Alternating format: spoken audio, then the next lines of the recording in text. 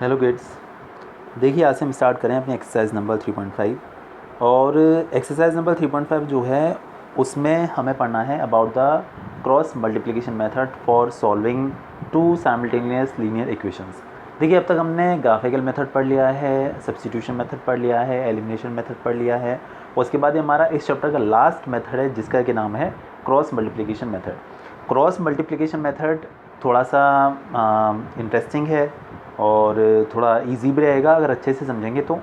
अच्छा देखिए exercise number 3.5 जो है उसका जो पहला क्वेश्चन है वो क्या स्टेट करता है, which of the following pairs of linear equation has a unique solution, no solution or infinitely many solutions, in case there is a unique solution find it by using cross multiplication method. देखिए वो बोल रहे हैं कि इन चारों part में ये पता करके बताइए कि किस इक्वेशन का यूनिक सॉल्यूशन होगा, किस इक्वेशन के इन्फाइनाइटली मेनी सॉल्यूशंस होंगे, इन्फाइनाइट सॉल्यूशंस होंगे मीनिंग, और किस इक्वेशन का कोई भी सॉल्यूशन नहीं होगा यानी कि वो इनकंसिस्टेंट होगी। आपके बात बहुत अच्छे से पता है। और अगर in case whenever a particular system of equation, particular pair of equations have unique solution, then find that solution by using cross multiplication method। ये आपका क्वेश्चन है, ठीक है। तो देखिए हम लोग क्या करेंगे कि आपको याद होगा कि हम लोग वैल्यू निकालेंगे a1/a2, b1/b2 एंड c1/c2। ये वाली वैल्यूज़ हम लोग फाइंड आउट करेंगे। तो अगर a1/a2, b1/b2, c1/c2, देखिए मैं वापस से रिकॉल कर देता हूँ। अगर a1/a2 is not equal to b1/b2 निकल कर आता है तो उसका यूनिक सॉल्यूशन होता है, ठीक है। और अगर a1/a2 is equal to b1/b2 is equal to c1/c2 निकल कर आता है तो इन्फाइनाइटली मैनी सॉल्यूशंस होते हैं। और अगर a1/a2 is equal to b1/b2 not equal to c1/c2 निकल कर आता है तो नो सॉल्यूशन होता है और इस केस में जो इक्वेशंस होती हैं वो इनकंसिस्टेंट होती हैं, ठीक है। तो बस हमें यही पता करके बताना है कि किस किस केस में कौन सी कंडीशन फॉलो हो रही है। तो देखिए जो पहला क्वेश्चन है वो ये है x - 3y - 3 is equal to 0, 3x - 9y - 2 is equal to 0। हमारे पास दो इक्वेशंस हैं। तो देखिए हम पता करते हैं, सॉल्यूशन देखते हैं इसका, मैंने किया हुआ है। हाँ जी देखिएगा कि यहाँ पर जो a1 है वो 1 है, a2 है 3, b1 है -3, b2 है -9, c1 है -3, c2 है -2। तो हम यहाँ पर वैल्यू निकालते हैं पहले a1/a2 की जो कि 1/3 निकल कर आएगी, b1/b2 की जो आएगी, देखिए a1/a2 यानी कि 1/3, क्योंकि a1 की देखिए x का जो कोफिशिएंट है वो a1 है यहाँ पर, और यहाँ पर जो x का जो कोफिशिएंट है दैट इज़ a2, तो a1/a2 इज़ 1/3, ठीक है। b1/b2 की बात करते हैं तो देखिए b1 अपने पास -3 और जो b2 है देखिए वो अपने पास -9। इसके बाद c1 -3 है और c2 -2 है। तो हमने a1/a2, b1/b2 और c1/c2 की वैल्यूज़ निकाली हैं। देखिए -3/-9 करके अगर आप इसे कैंसिल करेंगे तो देखिए एक तो माइनस से माइनस कैंसिल हो जाएगा और 3 से इन दोनों कैंसिल करेंगे तो 1/3 आ जाएगा। यहाँ भी माइनस से माइनस आप कैंसिल आउट कर सकते हैं तो 3/2 बचेगा। तो यहाँ पर देखिए a1/a2 1/3 है, b1/b2 भी 1/3 है और c1/c2 3/2 है, यानी कि a1/a2 इज इक्वल टू तो b1/b2 है but that is not equal to c1/c2। तो इस केस में जो इक्वेशंस होती हैं वो इनकंसिस्टेंट होती हैं, that is we can not obtain the solution of this equations and we can say there is no solutions of this pair of equations. तो यहाँ पर क्या है कि इन इक्वेशंस की सॉल्यूशन आप नहीं फाइंड आउट कर पाएंगे। चलिए सेकंड वाले का देखते हैं। क्वेश्चन दिखाने की ज़रूरत नहीं, यहीं से काम चल जाएगा। देखिए हमारे पास जो इक्वेशन थी वो थी 2x + y = 5 and 3x + 2y = 8। देखिए क्या है कि अगर हम इसे स्टैंडर्ड वे में लिखते हैं, स्टैंडर्ड फॉर्म में लिखते हैं, तो हमारा जो स्टैंडर्ड फॉर्म होता है ax + by + c = 0, यानी कि जो 5 और 8 हैं वो LHS में होने चाहिए, RHS में नहीं होने चाहिए। तो आप एक काम करिए, 5 को इधर लेकर आइए, इधर जाके माइनस हो जाएगा, 8 को इधर लेकर आइए, 8 भी इस साइड जाके माइनस हो जाएगा। तो आपको मिलेगा ये first one 2x + y - 5 = 0 and 3x + 2y - 8 = 0। These are two equations. ये आपकी दो इक्वेशंस हो चुकी है, ठीक है। x का यहाँ पर जो कोफिशिएंट है दिस इज़ a1, यहाँ पर जो x का कोफिशिएंट है वो a2 है, यानी कि अगर आप a1/a2 निकालते हैं दैट इज़ 2/3। y का यहाँ पर जो कोफिशिएंट है 1 दैट इज़ b1, यहाँ पर y का जो कोफिशिएंट है 2 जो कि b2 है, तो b1/b2 निकाला जो कि 1/2 निकल कर आया। c1/c2 के बारे में बात करते हैं। देखिएगा c1 अपने पास है -5 और c2 अपने पास है -8। तो अगर हम c1/c2 की वैल्यू निकालते हैं तो हमें मिलेगा -5/-8। यहाँ पर माइनस से माइनस आप कैंसिल आउट कर सकते हैं, then you will get only 5/8, ठीक है। तो a1/a2 ये आ गया, b1/b2 1/2 आ गया और c1/c2 5/8 आ गया। ये हमारे पास इनकी वैल्यूज़ निकल कर आ चुकी हैं। अब आप ये ज़रा देखिएगा कि आप a1/a2 is equal to b1/b2 देखिए, ये दोनों आपस में इक्वल नहीं आए ना, यानी कि a1/a2 is not equal to b1/b2। इसकी आपको ज़रूरत ही नहीं पड़ी यहाँ पर। अगर a1/a2 is not equal to b1/b2 आ जाए तो आप सीधे सीधे लिख सकते हैं यूनिक सॉल्यूशन, ठीक है। If we get a1/a2 is not equal to b1/b2 तो आपका यूनिक सॉल्यूशन हो गया। क्यों? देखिए यूनिक सॉल्यूशन में a1/a2 is not equal to b1/b2 होता है।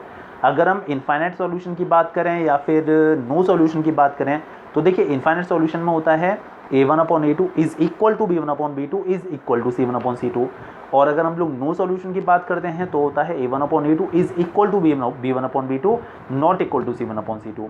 तो उन दोनों ही केसेस में a1/a2 is equal to b1/b2 होता है। तो यहाँ पर तो जब ये दोनों ही अनइक्वल आ जाएं तो आप सीधे सीधे लिख दीजिए यूनिक सॉल्यूशन। यूनिक सॉल्यूशन है तब हमें उसे पता करना है bye using cross multiplication method, ठीक है। अब ज़रा समझिएगा क्रॉस मल्टीप्लिकेशन मेथड हम कैसे अप्लाई करेंगे, ठीक है। देखिए आपको क्या करना है, आपको करना है x upon, cross multiplication method बता रहा हूँ, x अपॉन लिख लीजिए, y अपॉन लिख लीजिए और 1 अपॉन लिख लीजिए। इस तरीके से 3 अलग अलग पार्ट में इसको डिवाइड कर लीजिए। x upon is equal to y upon is equal to 1 upon. अच्छा अब देखिएगा x के नीचे आपको क्या लिखना है, आपको लिखना है BC माइनस BC, ठीक है। ऐसा समझिए BC दो बार लिखिए, दो थोड़ा गैप करके यहाँ लिखिए 1 2 1 2 2 1 और बीच में माइनस का साइन, मतलब B1 C2 minus B2 C1। क्या करना है आपको, BC और फिर BC यहाँ पर 1 2 2 1 माइनस का साइन, ठीक है। ऐसे यहाँ पर लिखिएगा CA 1 2 2 1 माइनस का साइन। इसके बाद AB फिर वापस से वही 1 2 2 1 और माइनस का साइन। ये आपका फॉर्मूला हो गया क्रॉस मल्टीप्लिकेशन मेथड का। x upon B1 C2 minus B2 C1, y upon C1 A2 minus C2 A1, 1 upon A1 B2 minus A2 B1, ठीक है। अच्छा अब देखिए कैसे याद करेंगे आप इसको, और वो वाली बात आ जाए आप इसे याद कैसे करेंगे, थोड़ा सा मुश्किल लग सकता है A2 B1 और ऐसे करके। तो देखिए इसमें आपको क्या करना है, मैं आपको इसकी एक ट्रिक बताता हूँ याद करने के लिए। आप ऐसे याद करिए, बापू चले 1 2 2 1 माइनस, ठीक है। चले अकेले 1 2 2 1 माइनस, अकेले बापू 1 2 2 1 माइनस, बापू चले चले अकेले बापू ठीक है। इस तरीके से देखिए आपका ये फॉर्मूला बन गया। ये फॉर्मूला आपको एनी हाउ समझ लेना है, लर्न कर लेना है। x अपॉन बापू चले 1 2 2 1 माइनस, y अपॉन चले अकेले 1 2 2 1 माइनस, 1 अपॉन अकेले बापू 1 2 2 1 माइनस, ठीक है। इस तरीके से आपका ये सीक्वेंस बन जाएगा। अच्छा अब देखिएगा x, अब इनकी सारी वैल्यूज़ डालिए। देखिए जैसे हमारे पास जो a1 b1 a2 b2 इन सब की जो वैल्यूज़ हैं ये अभी हमने लिखी थी यहाँ पर। a1 अपने पास है 2, b1 अपने पास है 1, c1 अपने पास है -5, a2 अपने पास है 3, b2 अपने पास है 2 और c2 जो है वो अपने पास है -8। तो a1 b1 c1 a2 b2 c2 सारी वैल्यूज़ यहाँ पर आपको सब्स्टिट्यूट कर देनी है, ठीक है। तो देखिएगा b1 की वैल्यू हमने 1 पुट कर दी, c2 की वैल्यू -8 कर दी, b2 की वैल्यू 2 कर दी, c1 की वैल्यू -5 कर दी, c1 की वैल्यू -5, a2 की वैल्यू 3, बीच में माइनस वाला साइन देखिए एज इट इज़ है, और c2 की वैल्यू -8, a1 की वैल्यू 2। ऐसे ही a1 की वैल्यू 2 और b2 की वैल्यू 2, a2 की 3 और b1 की 1। सारी वैल्यूज़ हमने यहाँ पर सब्स्टिट्यूट कर दी। अब हम इन्हें सॉल्व करने वाले हैं। तो ये देखिएगा ज़रा, थोड़ा सा यहाँ देखते हैं। देखिए ये हो जाएगा अपने पास जो x अपॉन वाला जो पार्ट है 1 × -8 और ये हो जाएगा अपना 2 5 10। तो ये हो जाएगा आपका नीचे -8 + 10, ठीक है। यहाँ पर देखिएगा -15 और ये माइनस प्लस 8 2 16, तो आपको मिलेगा -15 + 16। ज़रा इसकी बात करते हैं। देखिए 2 2 4 -3, तो हो जाएगा आपका 4 -3। इस तरीके से आपको x अपॉन -8 + 10, y अपॉन -15 + 16 और 1 अपॉन 4 -3, इस तरीके से आपको वैल्यूज़ यहाँ पर लिख देनी है, ठीक है। अब इसे थोड़ा सा सिंप्लीफाई करिए। -8 + 10 will be 2, -15 + 16 1 and 4 - 3 is also 1। देखिए हमें निकालनी है x और y दोनों की वैल्यूज़। जब हम x की बात करेंगे तब हमें क्या करना है कि x वाला पार्ट और कांस्टेंट वाला पार्ट, देखिए कांस्टेंट यहाँ पर x और y कुछ भी नहीं है, तो आपको जब x की वैल्यू फाइंड आउट करनी है तब आपको x और कांस्टेंट वाला पार्ट लेकर चलना है। जब आपको y की वैल्यू फाइंड आउट करनी है तो आपको y और कांस्टेंट वाला पार्ट लेकर चलना है। तो पहले हम लिखते हैं यहाँ पर taking x upon 2 and 1 upon 1 is 1 only. Okay, इस 2 का यहाँ मल्टीप्लिकेशन हो जाएगा, देन 2 1 2 हमारे पास x की वैल्यू निकल कर आ जाएगी। हम बात करते हैं y के बारे में, तो हम लेके चलेंगे y upon 1 is equal to 1, लिख दिया है मैंने taking y upon 1 is equal to 1, 1 का ऐसे मल्टीप्लिकेशन किया और y इज इक्वल टू हमारे पास 1 की y की वैल्यू 1 अपने को ऑब्टेन हो जाएगी। तो x इज इक्वल टू 2 मिल गया और y इज इक्वल टू 1 मिल गया। तो ये हमारा क्रॉस मल्टीप्लिकेशन मेथड था। ठीक है, याद हो जाएगा आपको, x अपॉन करना है, y अपॉन करना है, 1 अपॉन करना है। एक मैंडेटरी कंडीशन है, एक नेसेसरी कंडीशन है, वो कंडीशन आपको याद रखनी है। वो कंडीशन ये है कि जो कांस्टेंट वाला पार्ट है 5 है और 8 है, जैसे कोई भी है, तो वो आपको LHS में ही लेकर आना है, इक्वल में 0 होना चाहिए। ठीक है, तभी ये कंडीशन फॉलो हो पाएगी, तभी ये फॉर्मूला फॉलो हो पाएगा। अदरवाइज़ अगर आप 5 और 8 दोनों को अगर इस साइड ही रखकर चलेंगे तो आपको क्या करना होगा, इसमें थोड़ा सा चेंज लाना होगा। यहाँ पर जो हमने फॉर्मूला लगाया था अपना ये, यहाँ पर आपको 1 के प्लेस में -1 लगाना पड़ेगा। तो एक एक्स्ट्रा माइनस के चक्कर में मत पड़िए, सीधे कांस्टेंट LHS में कराइए और RHS में 0 कर लीजिए, that will be far better. ठीक है, चलिए इसके बाद देखिएगा अपना जो नेक्स्ट वाला क्वेश्चन है उसके बारे में डिस्कस कर लेते हैं।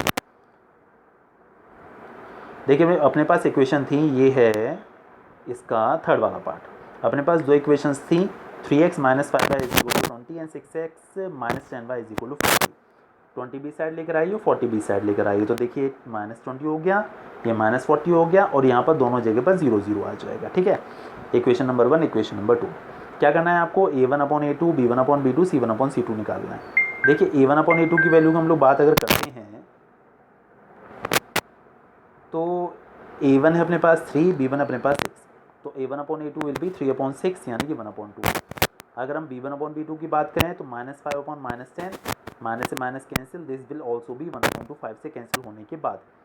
c1 अपॉन c2 की बात करें तो -20 अपॉन -40, तो माइनस माइनस कैंसिल, 21 ज़ा 20, 22 ज़ा 40। ओवरऑल देखिए a1 अपॉन a2 भी उतना ही आया है, b1 अपॉन b2 भी उतना ही आया है, c1 अपॉन c2 भी उतना ही आया है।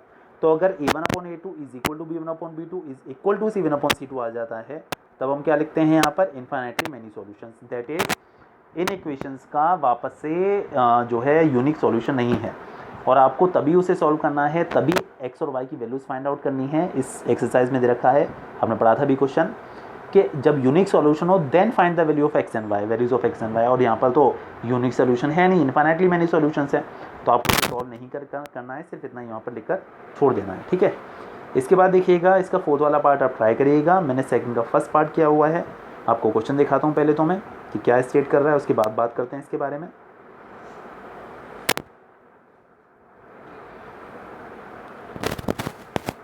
हाँ जी, देखिएगा सेकंड का first part, for which values of a and b does the following pair of linear equations have an infinite number of solutions. उन्होंने बोला a और b की किन वैल्यूज़ के लिए इन दोनों इक्वेशंस के इनफाइनाइट नंबर ऑफ सॉल्यूशंस होंगे।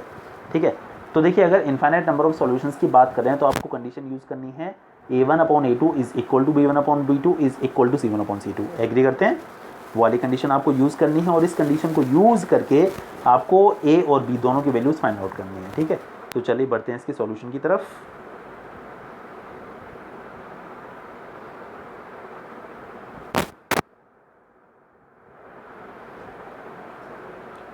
हाँ जी, देखिएगा ये हमारे पास फर्स्ट इक्वेशन है, हमारे पास सेकंड इक्वेशन है। देखिए हमारे पास जो इक्वेशन थी उसमें हमको दिया हुआ था 2x plus 3y is equal to 7। तो देखिए 7 आपको इस साइड ला के लिख लेना है, तो आपकी इक्वेशन बनेगी 2x plus 3y minus 7 is equal to 0, जो मैंने यहाँ पर सीधे लिख दी हुई है। और उसके अलावा जो सेकंड इक्वेशन थी उसमें था a minus b x plus a plus b y is equal to 3a plus b minus 2। तो आपको ये 3ab और माइनस 2b इस साइड लेकर आने होंगे, तो 3a इधर आके देखिए माइनस हो गया, b इस साइड जाके माइनस हो गया, 2 इस साइड जाके प्लस हो गया ये वाला, तो आपको इक्वल टू 0 मिल गया। तो इस तरीके से आपकी ये थोड़ी सी इक्वेशन सिंप्लीफाई हो गई है। अगर हम लोग बात करते हैं a1 b1 और c1 के बारे में, या a2 b2 और c2 के बारे में, तो देखिए a1 की वैल्यू आपकी 2 है, b1 is 3 and c1 is -7, a2 a minus b, b2 a plus b and c2 is -3a minus b plus 2। ठीक है, अच्छा अब देखिए हम लोग बात कर रहे हैं इनफाइनाइट नंबर ऑफ सॉल्यूशंस का केस। तो इनफाइनाइट नंबर ऑफ सॉल्यूशंस का केस था a1/a2 is equal to b1/b2 is equal to c1/c2। तो देखिए a1 अपने पास कितना है 2, a2 कितना अपने पास a माइनस बी, ठीक है, b1 अपने पास है 3 और b2 अपने पास है a प्लस बी, c1 अपने पास है -7 और c2 अपने पास है -3 माइनस बी प्लस 2। ठीक है, एग्री करते हैं, कोई प्रॉब्लम नहीं है।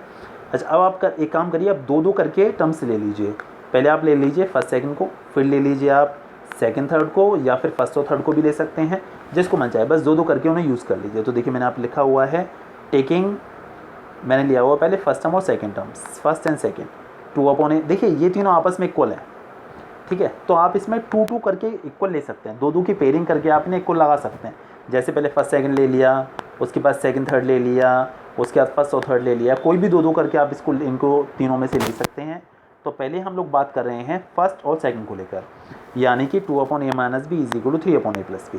और आप ज़रा क्रॉस मल्टीप्लिकेशन करिएगा a प्लस बी का 2 से, तो देखिए आएगा 2a प्लस 2b।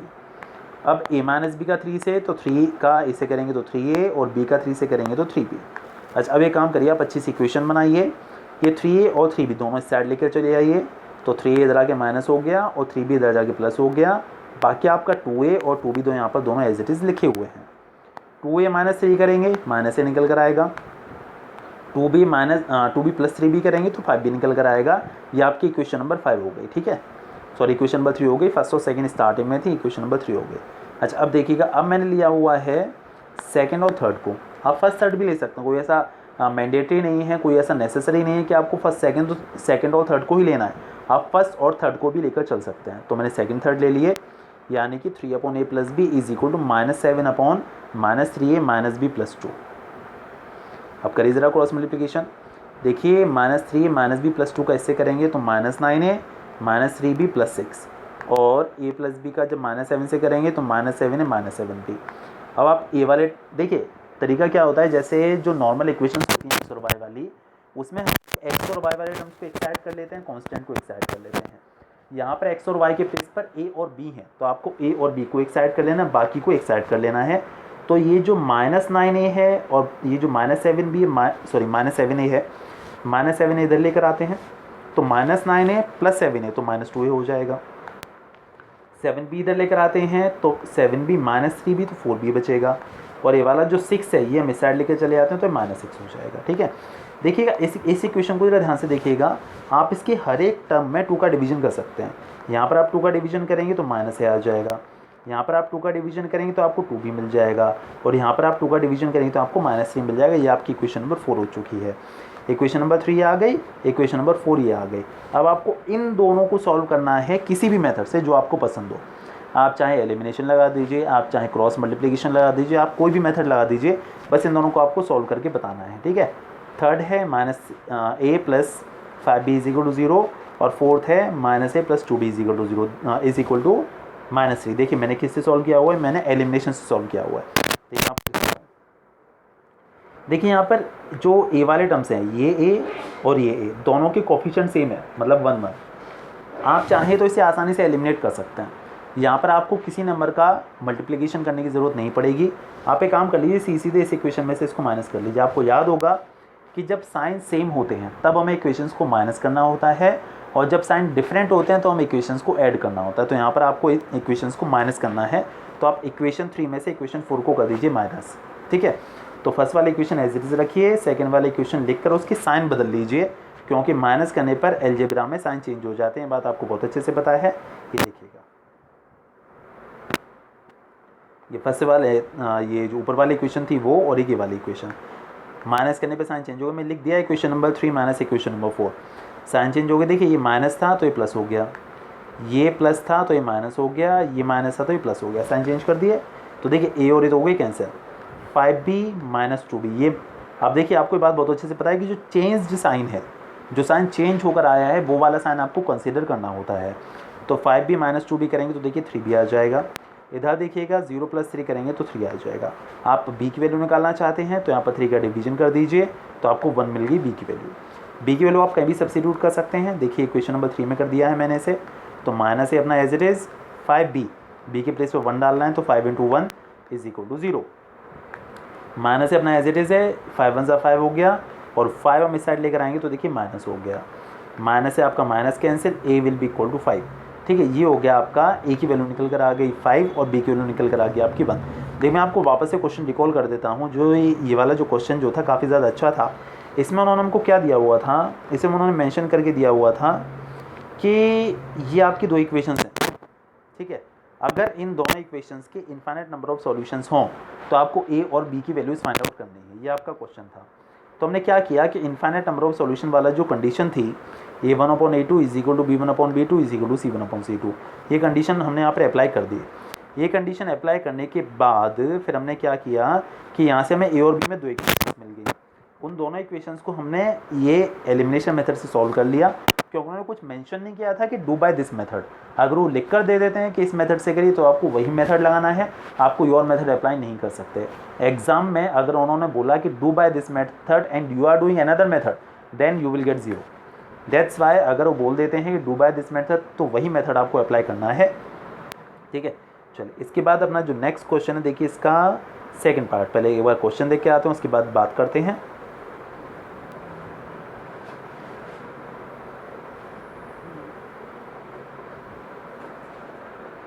हाँ जी, देखिएगा, for which value of k will the following pair of linear equations have no solution. इन दोनों इक्वेशंस में k की किस वैल्यू के लिए इन इक्वेशंस का जो सॉल्यूशन है वो जो नो सॉल्यूशन होगा। देखिए नो सॉल्यूशन का जो केस होता है वो होता है a1/a2 is equal to b1/b2 not equal to c1/c2। ये कंडीशन जो होती है वो होती है नो सॉल्यूशन के केस में। तो वही हमें कंडीशन यूज़ करके चलनी है और अपना सॉल्यूशन फाइंड आउट करना है। ओके, चलिए देखते हैं सॉल्यूशन इसका। हाँ जी, तो देखिए हमारे पास जो इक्वेशन है वो है 3x + y - 1 is equal to 0। और देखिए एक बात ज़रूर ध्यान रखिए, अगर ये 1 इस साइड है तो आपको इस साइड ही ला कर रखना है। मैं बात आपको पहले ही बोल चुका हूँ। a1 b1 c1 या फिर a2 b2 और c2 आप तभी रिकॉग्नाइज़ कर पाएंगे जब आप सारे टर्म्स एक साइड रखेंगे और एक साइड सिर्फ 0 रखेंगे। ठीक है, और दूसरी इक्वेशन है 2k - 1x + k - 1y - 2k - 1 is equal to 0। तो देखिए अगर हम लोग बात करते हैं नो सॉल्यूशन के केस की, तो नो सॉल्यूशन का जो केस होता है उसमें होता है a1/a2 is equal to b1/b2 not equal to c1/c2। तो a1 है अपने पास 3, a2 है अपने पास 2k - 1, b1 है अपने पास y और जो b2 है वो है k - 1, c1 अपने पास -1 और जो c2 है वो है -2k - 1। ठीक है, सारी वैल्यूज़ हमने यहाँ पर सब्स्टिट्यूट कर दी हैं। देखिए हम ये बात पहले भी कर चुके हैं कि हमें क्या करना है, इस केस में दो दो करके टर्म्स को यूज़ करना है। पहले आप ले लीजिए फर्स्ट सेकेंड, उसके बाद आप ले लीजिए सेकंड थर्ड, उसके बाद आप ले लीजिए फर्स्ट थर्ड। ठीक है, जैसे जैसे ज़रूरत पड़ते चले जाए वैसे वैसे आप कंडीशंस को यूज़ कर सकते हैं। तो देखिए पहले हमने फर्स्ट सेकंड को ले लिया, यहाँ पर हमने क्रॉस मल्टीप्लिकेशन किया k - 1 का 2k - 1 का, इधर k - 1 का जो हम 3 से करेंगे तो 3k - 3 आएगा, और 2k - 1 का 1 से करेंगे तो 2k - 1। k वाले टर्म्स एक साइड करिए, कॉन्स्टेंट एक साइड करिए, 2k आप इधर लेकर आइए तो 3k - k यानी कि k बचेगा, 3 साइड लेके जाइए तो 3 - 1 यानी 2 बचेगा। तो देखिए k की वैल्यू 2 निकल कर आ गई। देखिए अगर हमारे पास सिर्फ एक ही इक्वल वाली कंडीशन होती, सिर्फ एक इक्वल वाली कंडीशन होती तो हम इस तरीके से k की वैल्यू यहाँ पर 2 लिख देते सिंपली और काम खत्म हो जाता। बट क्या है कि उन्होंने हमको यहाँ पर ये कंडीशन और दे दी है कि ये दोनों आपस में अनइक्वल है, ये वाला भी और फर्स्ट और थर्ड भी। तो आपको अनइक्वल वाली कंडीशन भी यहाँ पर यूज़ करनी पड़ेगी। वहाँ पर आपको बताना पड़ेगा कि एक वैल्यू ये हो सकती है और ये दोनों नहीं हो सकती। तो आपको क्या करना है, ये अनइक्वल वाली कंडीशन भी यूज़ करके चलनी है। तो देखिए मैंने यहाँ पर ली हुई है 1/k - 1 not equal to -1/2k - 2k - 1। इसका 1 से मल्टीप्लाई करिए, ये आ गया k - 1 का माइनस से 1 से। देखिए साइन चेंज करने का विशेष ध्यान रखिएगा, k - 1 का -1 से करेंगे तो साइन चेंज हो जाएंगे, k हो जाएगा माइनस का और 1 हो जाएगा अपना प्लस का, क्योंकि माइनस माइनस प्लस। ये के इधर लेकर आइए तो -2 के प्लस के, ये 1 इधर लेकर आइए तो 1 + 1, बीच में अनइक्वल का साइन लगा हुआ है, नॉट इक्वल का साइन लगा हुआ है। -2 के प्लस के माइनस के और 1 + 1 2 हो गया। ये जो माइनस है वो इधर आ जाएगा तो k is not equal to -2। अभी देखिए हमने फर्स्ट सेकंड लिया, सेकंड थर्ड लिया, हम लेंगे अपना फर्स्ट और fourth, sorry first and third. देखिए लिखा हुआ, ठीक है ना। तो हमने 1/1 मतलब 2/2 सब ले लेने हैं। तो यहाँ पर वापस से क्रॉस मल्टीप्लिकेशन करना है आपको। तो 3 का यहाँ किया तो -6 के -3, 2 के -1 का -1 से किया। साइन चेंज करने का ध्यान रखिएगा। और ये 2 के इधर लेकर आए, देखिए ये रहा +2 के हो गया, -6 के +2 के, ये वाला 3 इधर लेकर आए, 3 + 1 यानी कि 4, और -4 कहाँ पर डिवीजन करेंगे तो -1। इसका मतलब क्या हुआ, इसका मतलब ये हुआ कि k की वैल्यू 2 हो सकती है लेकिन -2 नहीं हो सकती, और साथ ही साथ देखा जाए तो -1 भी नहीं हो सकती। ये हमारे को काम करना था इस क्वेश्चन में, ठीक है। इसके बाद देखिए जो अपना थर्ड वाला जो क्वेश्चन है उसमें आपको x और y की वैल्यू फाइंड आउट करनी है simply by using cross multiplication method. तो मैं वापस से आपको एक बार फिर से बता देता हूँ, क्रॉस मल्टीप्लिकेशन मेथड वाला जो क्वेश्चन, जो एक मेथड वापस से एक्सप्लेन हो जाएगा अच्छे से। देखिए अपने पास फर्स्ट इक्वेशन है 8x + 5y - 9 = 0। सेकेंड इक्वेशन है 3x + 2y - 4 = 0। देखिए a1 अपने पास है 8, और जो b1 है वो है 5, c1 है -9, a2 है 3, b2 है 2 और c2 है -4। सारी वैल्यूज़ हमको यहाँ पर मेंशन कर देनी है। उसके बाद फॉर्मूला लगाना है x/y/1/। बापू चले 1 2 2 1 माइनस, चले अकेले 1 2 2 1 माइनस, अकेले बापू 1 2 2 1 माइनस। सारी वैल्यूज़ पुट कर दीजिए। b1 की वैल्यू देख रहे हो अपने पास कितनी है 5, तो देखिए हमने यहाँ पर b1 के प्लेस पर 5 पुट कर दिया। c2 है -4, देखिए -4, b2 है अपने पास 2, तो देखिए a2, और c1 है -9, तो ये -9। उसके बाद c1 है -9, तो -9, a2 है अपने पास 3, तो देखिए यहाँ पर 3। उसके बाद c2 है -4, तो देखिए -4, और a1 है अपने पास 8, तो देखिए मैं एक बात और बोलूँ, यहाँ पर बीच में बाय डिफ़ॉल्ट माइनस का साइन होता है, और c2 की वैल्यू माइनस थी, तो दोनों माइनस माइनस एक साथ कभी आ जाते हैं, तो हमें ब्रैकेट लगा देना चाहिए जिससे कि टर्म अलग अलग दिखे। तो देखिए मैंने ये काम यहाँ पर किया हुआ है, ठीक है। नोट्स में आपको भेज दूंगा।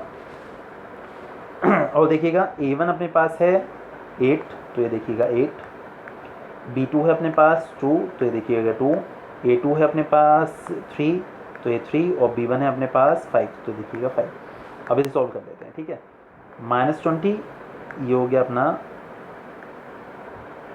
देखिए नेक्स्ट पेज पर देखते हैं। हाँ जी,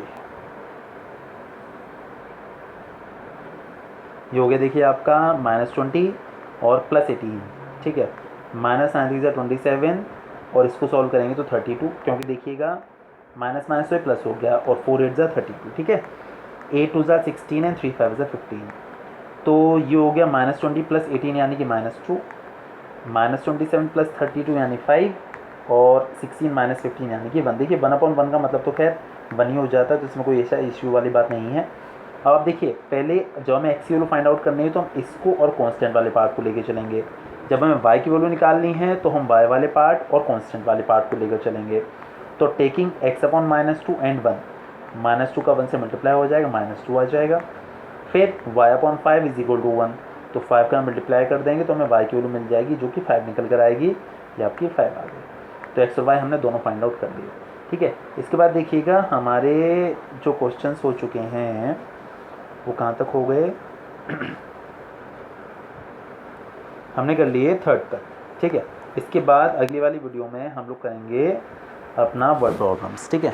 तो वर्ड प्रॉब्लम्स में सारी इक्वेशंस बनाता चला जाऊँगा। 5 वर्ड प्रॉब्लम्स उन्होंने हमको यहाँ पर दी हुई हैं, तो सारी मैं इक्वेशंस बना दूंगा। आप सॉल्व खुद से करिएगा, प्रैक्टिस करिएगा, ठीक है। कोई प्रॉब्लम हो तो बताइएगा, और बाकी आपको नोट्स भेज दूंगा मैं इसके, ठीक है। तो कर दीजिए क्वेश्चंस। Okay, bye.